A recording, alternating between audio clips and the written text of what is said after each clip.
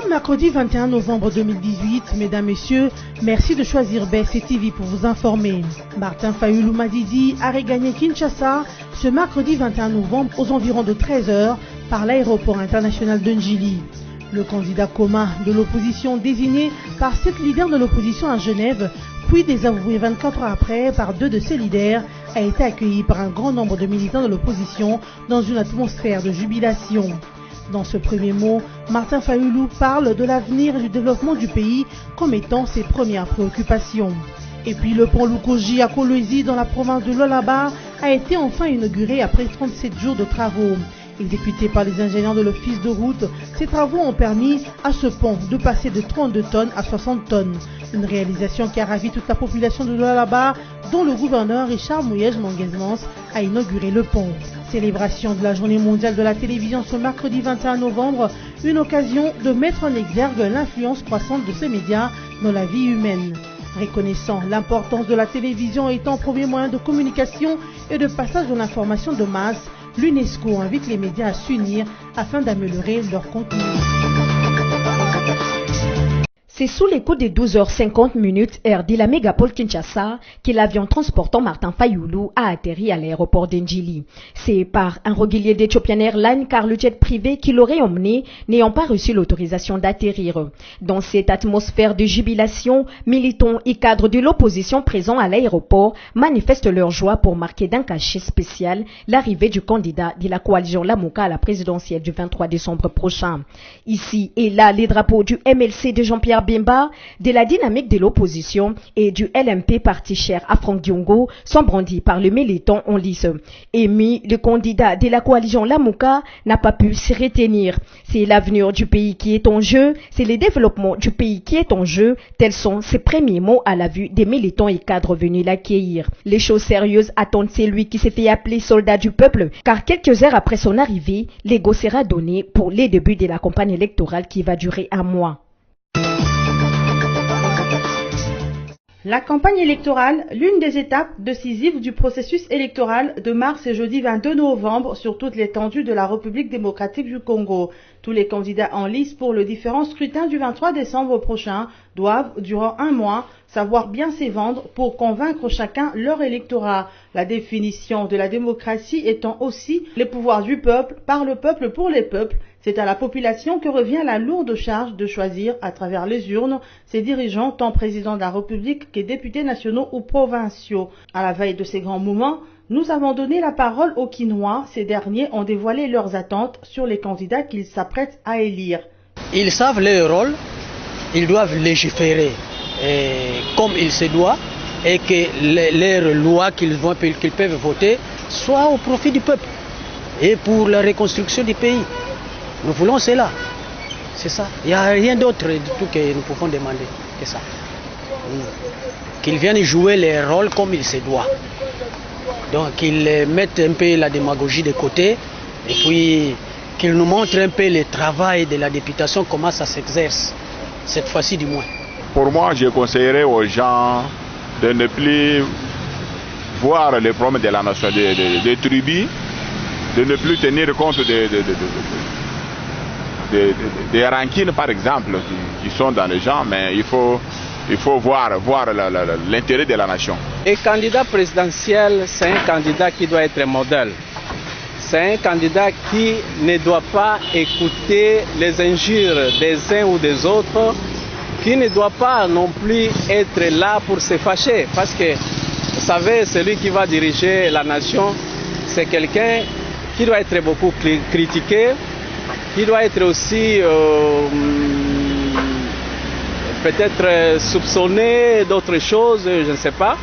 Mais toutefois, le candidat doit être quelqu'un qui se met à être modèle.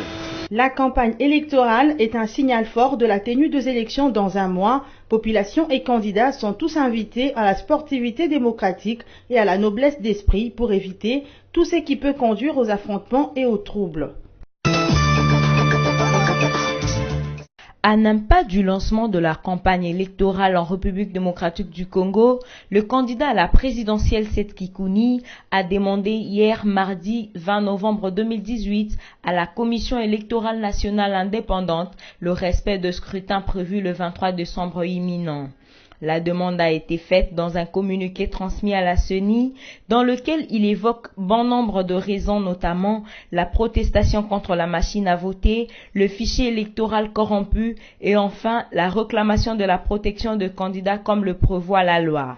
En plus, le candidat président a sollicité la réunification de tous les 21 candidats en lice pour la présidentielle du 23 décembre. Rappelons que Seth Kikuni a été le premier candidat à déposer son dossier et aussi le premier à demander le report des élections. La CENI, à son tour, rassure qu'elle n'a pas changé sa pointe et qu'il n'y a aucune raison qui justifierait le report de scrutin. La commission justice et paix de la conférence épiscopale nationale du Congo invite les autorités congolaises à garantir et à faire valoir la liberté de manifester et la liberté de mouvement de tous les candidats à la présidentielle à un jour du lancement de la campagne électorale en République démocratique du Congo. Selon la commission justice et paix, les incidents survenus lors des manifestations publiques organisées dans les pays entre le mois d'avril et octobre 2018 ont fait 5 morts, dont 4 par balle, 91 blessés, parmi 7 par balle et 370 interpellations. La commission note que les manifestants étaient pacifiques à près de 80%, tandis qu'à 52,24% des cas, la police a dispersé les manifestants où elle était présente. Il s'y est de signaler que la campagne pour les élections présidentielles, législatives nationales et provinciales du 23 décembre s'ouvre ce jeudi 22 novembre selon les calendriers officiels de la Commission électorale nationale indépendante. La CENI a retenu 21 candidatures pour la présidentielle. 2 fois reportées depuis 2016, les élections de décembre de cette année doivent permettre de choisir le prochain président de la République et les parlementaires au niveau national et provincial.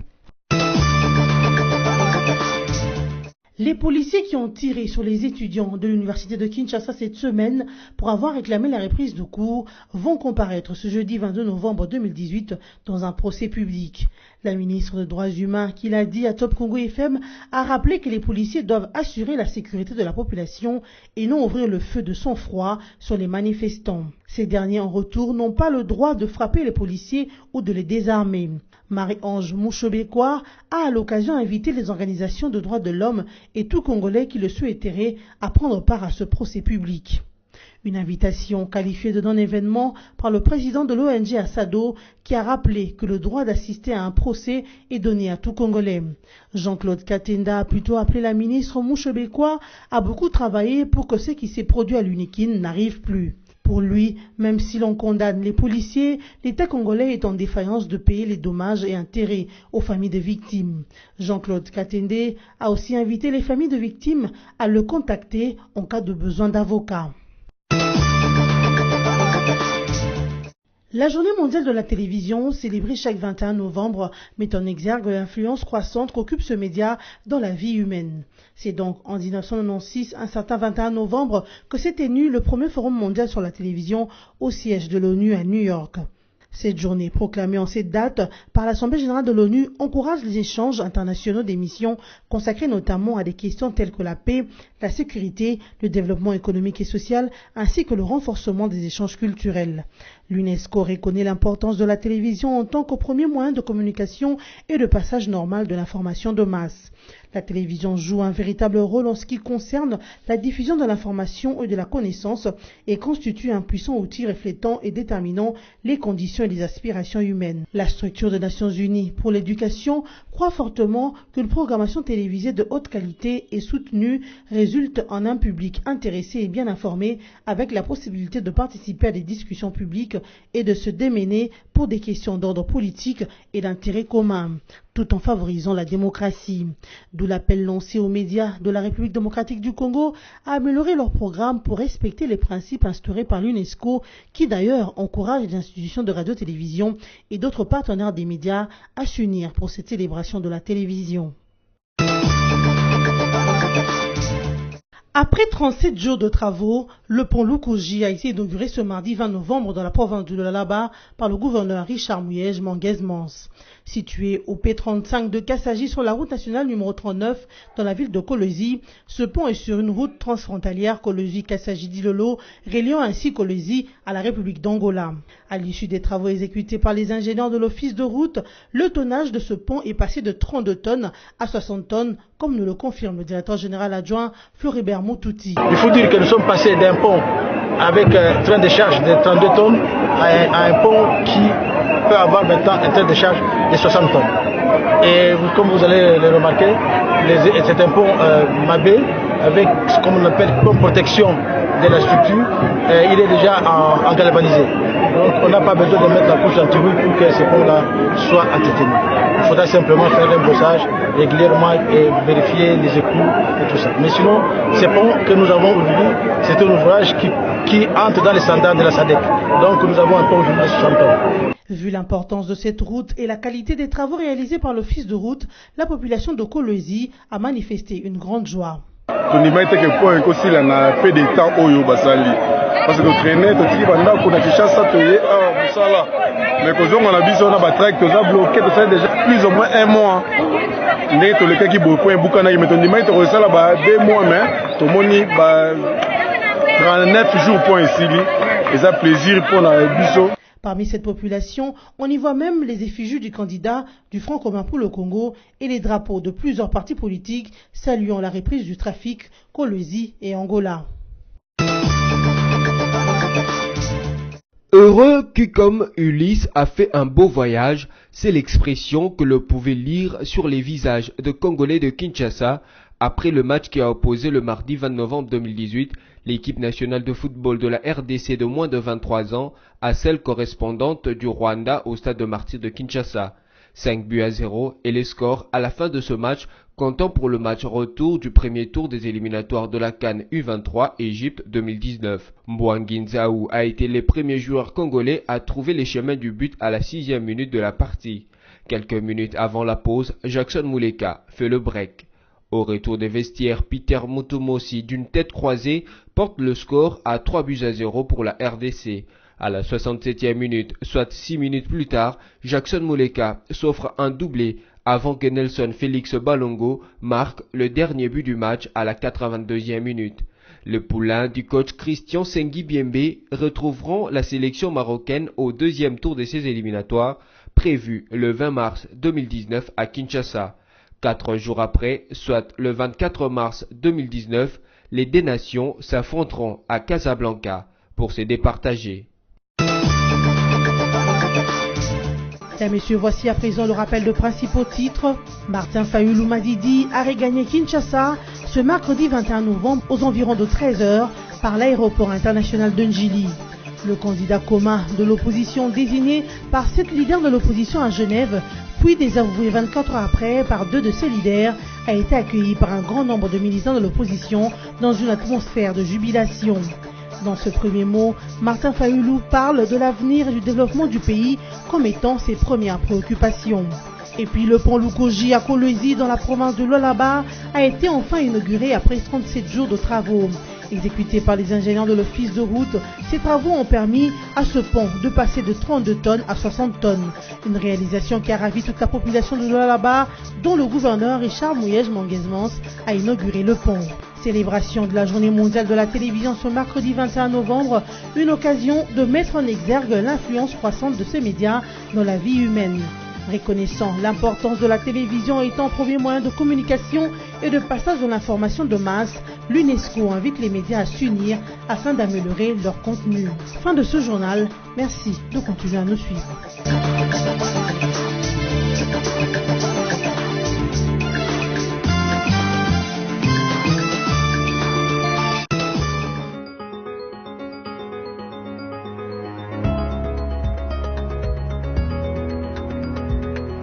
Mesdames, Messieurs, merci d'être avec nous pour suivre la revue de presse des journaux parus en ligne ce mercredi 21 novembre 2018.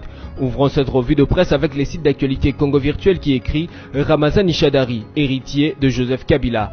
Architecte de la démocratie en RDC, c'est en ces termes que Ramazani Shadary a qualifié le chef de l'État et autorité morale du FCC qui soutient sa candidature à la présidentielle. Il a déclaré lundi 19 novembre 2018 lors de la présentation de son projet de société. « Je chemine vers la magistrature suprême », a-t-il encore dit, avant d'ajouter que l'œuvre du président Kabila doit être poursuivie.